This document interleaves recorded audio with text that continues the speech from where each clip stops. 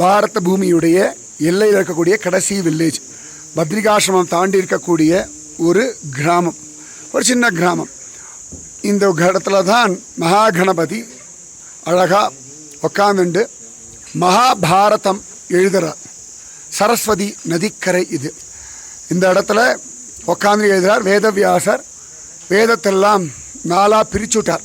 வியாசம்னா edition, வேதவியாசர்னா வேதத்தை editor அர்த்தம். அவர் எல்லா ஜனங்களும் நன்னா இருக்கணுன்றதுக்காகவே ஜோரா 5வது வேதம் சொல்லும்படியான மகாபாரதத்தை எழுதணும் அப்படின்னு தீர்மானம் பண்ணார். ஆச்சரியமாக அப்படி தீர்மானம் பண்ண சமயத்தில் ஜோரா அதி விசேஷமாக அற்புதமாக இந்த இடத்துல அவர் உட்காந்து இப்போ கணபதியை தியானம் பண்ண கணபதி பிரத்யக்ஷமாகறார். சரி, நான் எழுதுறேன். இந்த பாருங்கள், இந்த குகைக்குள்ளே நான் வந்திருக்கேன்.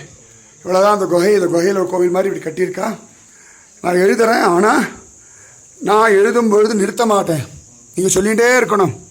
ஒரு கால் நீங்கள் நிறுத்திட்டேன் அப்படின்னா நான் வந்து எழுதுறதை நிறுத்திடுவேன்.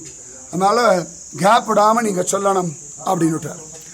உடனே வேதவியாசர் சொன்னார், சரி, ஆனால் நான் சொல்கிறத நீங்கள் புரிஞ்சுண்டு எழுதணும், அப்போ தான் சரியாக வரும்னா சரின்னு விட்டார்.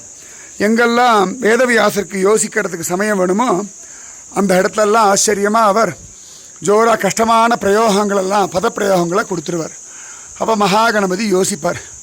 அதுக்குள்ளே வேதவியாசர் அடுத்த விஷயத்தை யோசிச்சுட்டு திரும்பியும் சொல்லுவார். அதனால தான் மகாபாரதத்தில் சில இடங்களில் ரொம்ப கடினமான பதங்கள்லாம் வரும்.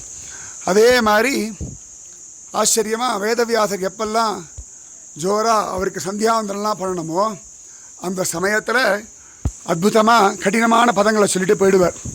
அப்போ மகாகணபதி யோசிச்சு எழுதுறதுக்குள்ளே சந்தியெல்லாம் முடிச்சுட்டு வந்துடுவார். அப்படிப்பட்ட கணேச குகை இது. இது பக்கத்தில் வியாச குகைன்னு அடுத்த இடத்துக்கு போகிறோம். அந்த இடத்துல உட்காந்துட்டு வேதவியாசர் சொல்ல மகாகணபதி எழுதி இந்த இடத்துல உட்காந்து எழுதினார்.